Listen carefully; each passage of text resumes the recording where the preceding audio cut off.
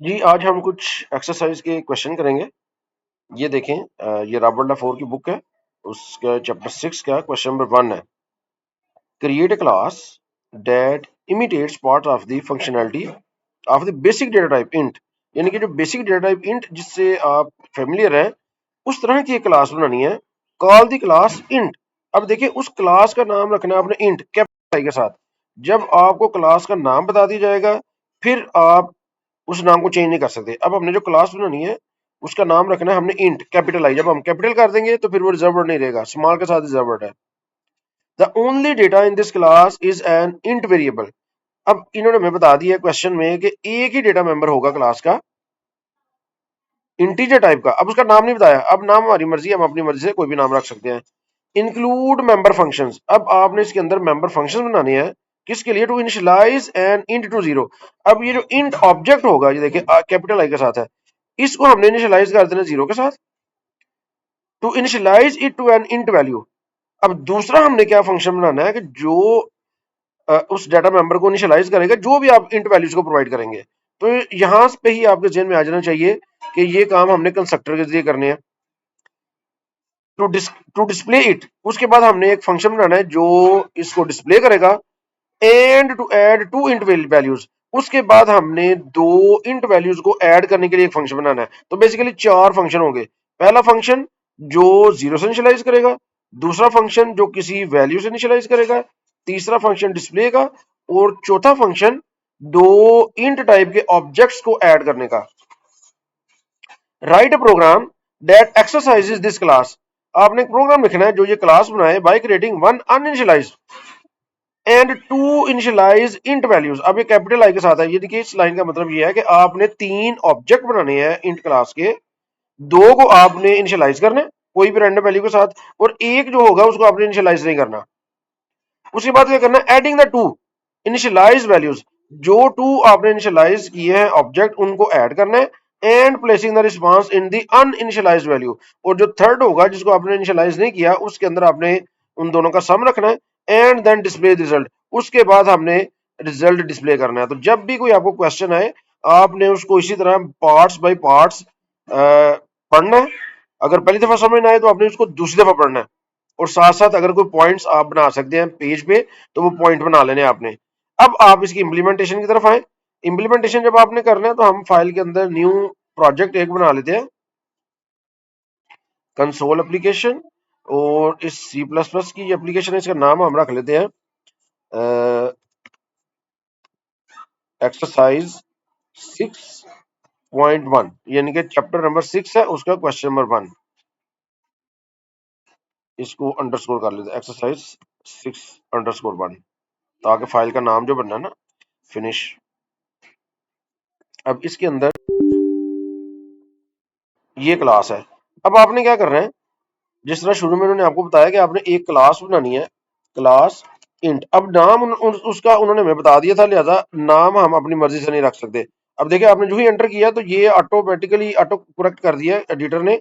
आपने capital I के साथ करना है, स्मॉल आई जो था ना, वो रिजर्व्ड है। इधर एस्केप प्रेस कर दे और फिर एंटर करें।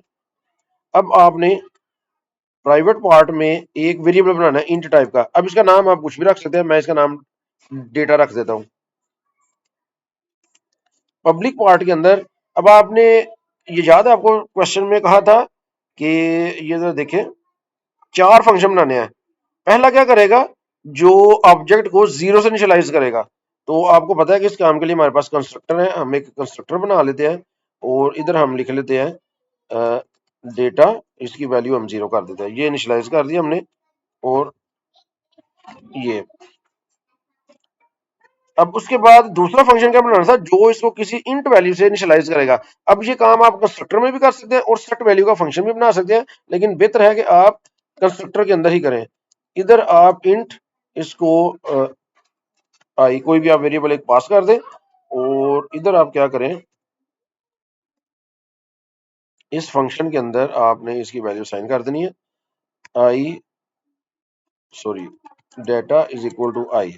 अब देखिए, यहाँ पे मैंने इनिशियलाइजर लिस्ट वाली जो नोटेशन है वो यूज की है, यहाँ पे मैंने सिंपल असाइनमेंट यूज किया है, ताकि आपको पता लग जाए कि दोनों अप्रोच हम यूज कर सकते हैं।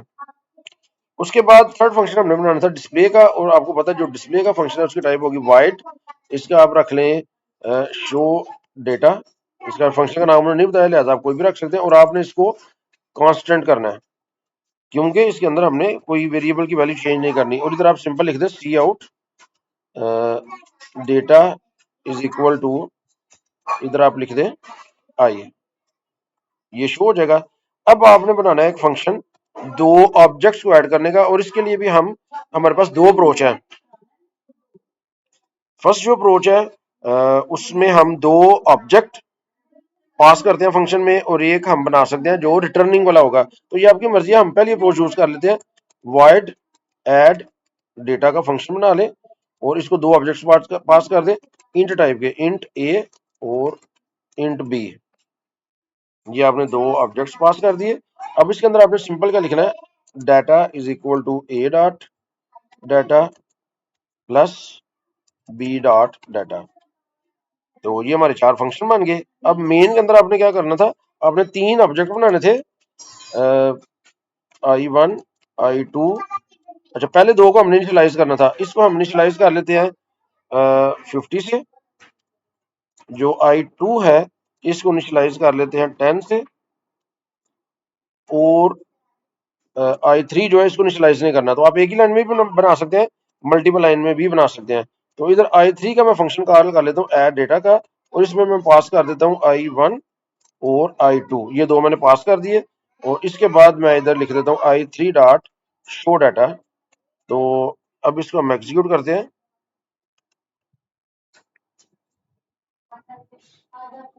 I was not declared in this scope, sorry इधर हमने I लिख दिया, इधर हमने डाटा, ये डाटा मेंबर है क्लास का, ये देखिए डाटा। अब हम इसको दोबारा एग्जीक्यूट करते हैं, तो ये देखें डाटा इज इक्वल टू 60। तो ये था जी क्वेश्चन नंबर 1। उम्मीद है आपको इस क्वेश्चन की समझ आ गई होगी। शुक्रिया।